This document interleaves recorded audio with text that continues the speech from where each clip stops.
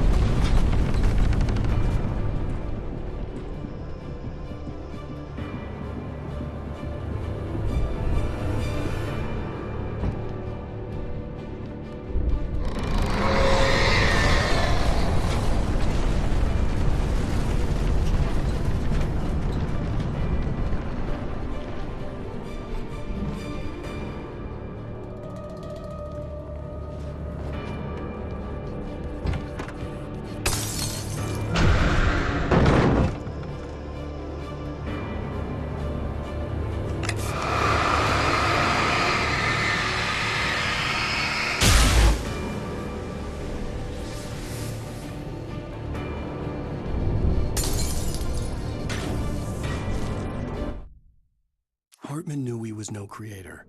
He had no ambitions on that front. And he certainly didn't want to end up like every artist he had worked with here, damaged in ways that were hard to describe, or worse, what most of these people were in need of anyway. Of course, suitable subjects were few and far in between.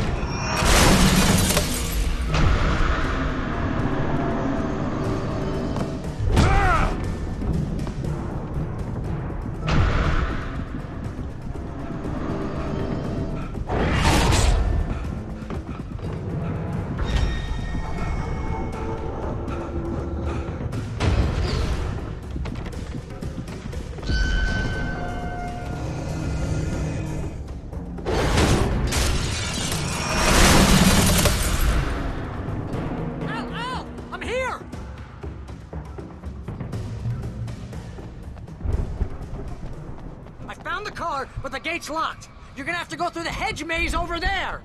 Barry, I don't have a light. Take this, Al. Oh, God!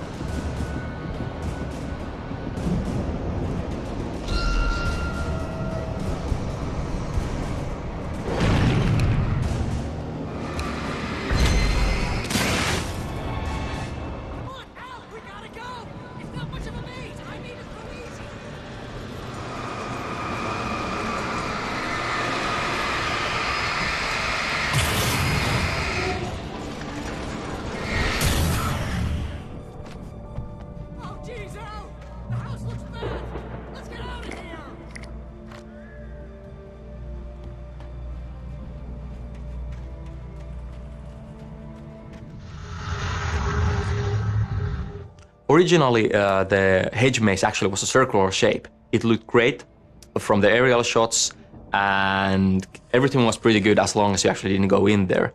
But playing a maze with all the corridors in various curves just didn't really work, and we then went with this more traditional setup.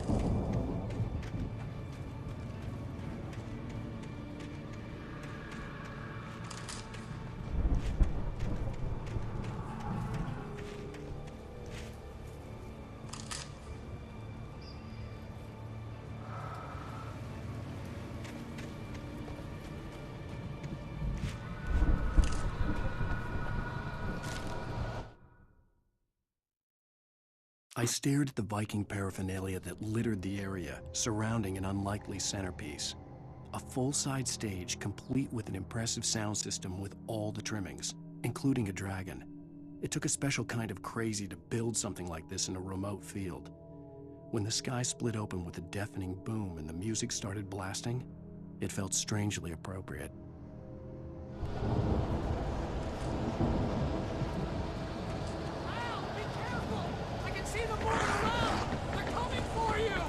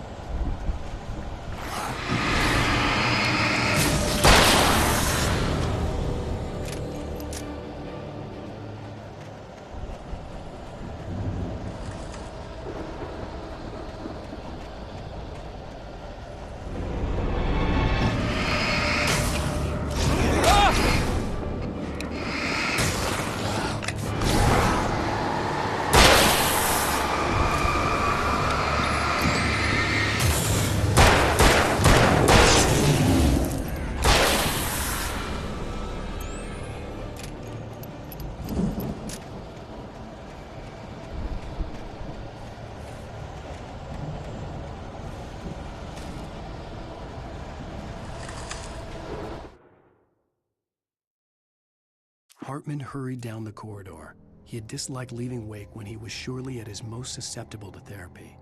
But this was not an ordinary storm. Wake had been writing, and he had woken something up in the depths of the lake. Now, it was coming for him. Hartman had naturally prepared for a situation like this. The idiot brothers would keep Wake distracted while Hartman double-checked everything, just to be sure.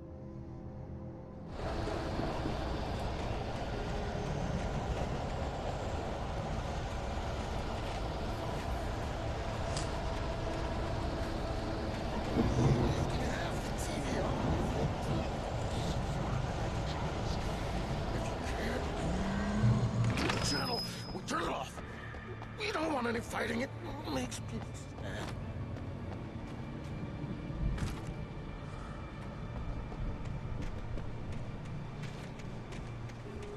You get 2 pills in the morning, and then you'll be nice and calm all day long.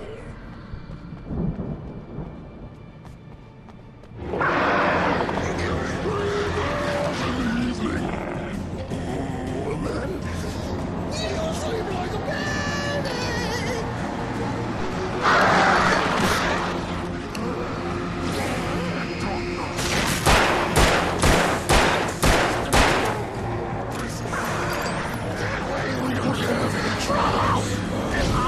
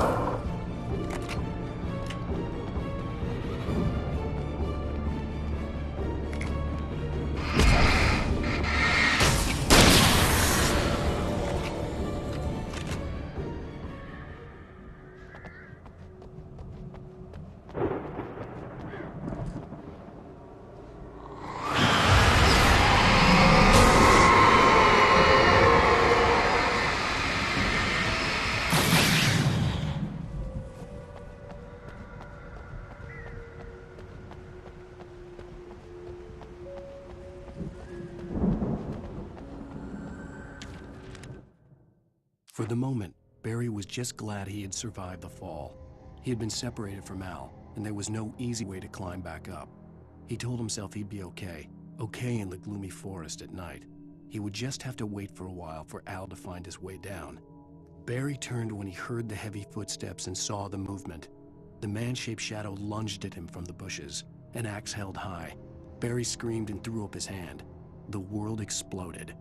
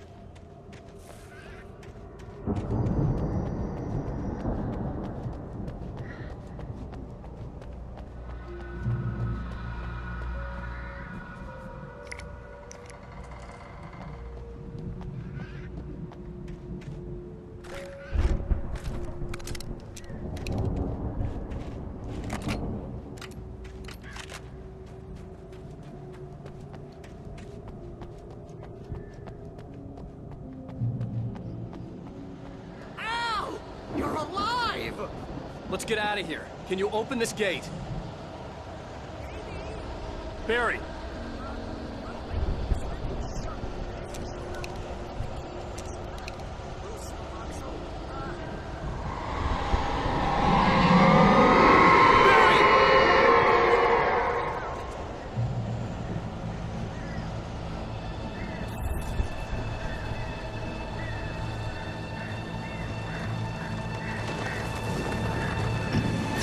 Hurry up, Barry!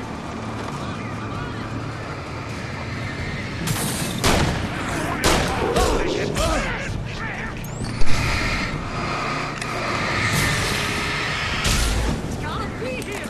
Just hang on!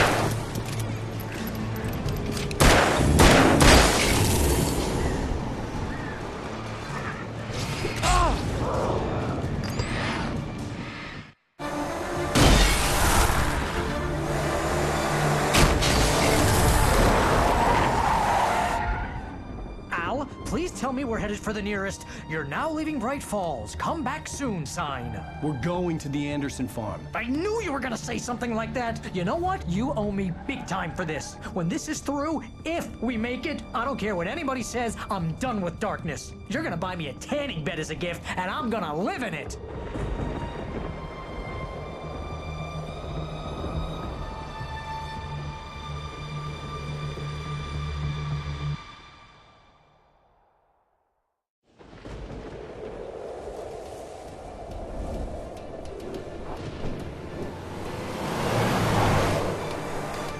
I'm crazy, but that's fine, Barry. Oh, you got that right, Al. You're barking mad. You are by far the But craziest... maybe that's inevitable when you deal with crazy stuff like this. It helps. This is happening, Barry. Alice, they never had Alice. She's trapped in the darkness at the bottom of the lake, but she's not dead. Al, How can you know that? I know, Barry. I can... Al, No, listen. I can bring her back. I can find her. There's something special about this place. The lake, it does something to the works of art created here. It makes them come true. But there's a catch. The dark presence, whatever that thing is, twists it to its own ends. That's why all of this is happening. It's using my manuscript to take over everything. Al, I believe you. It happened to Thomas Zane before, it happened to the Andersons. I believe you. Crazy or not, you're not delusional. Weird shit's going down. That's a fact. I'm on board, man. I'm with you. The Andersons knew about it, but they were too far gone to tell me with all the drugs they were on. But they wrote it down. There's a message somewhere at their farm, Barry. We just need to find it. Look out!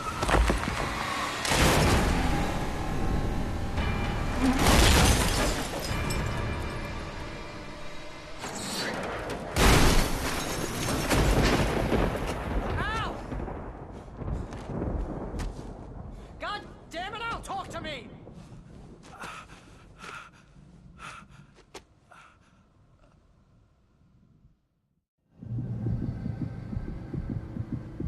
I had lost my gun in the crash.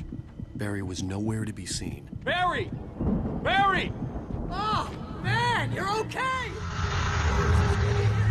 Here we have, once again, a twist to the gameplay. We actually take away the light, the main tool of the player. The point of this scene is to demonstrate how utterly helpless Wake is without his light against the forces of darkness. There really isn't any other option here but to run or die. It's like a sheer wall.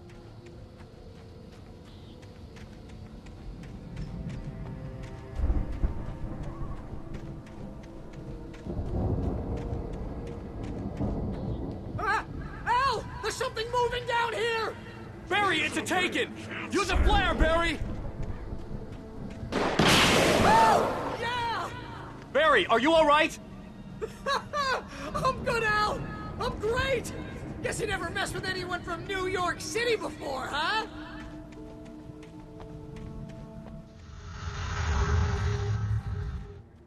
This area is the Anderson farm. In the game we have these two goofy guys called the Anderson brothers.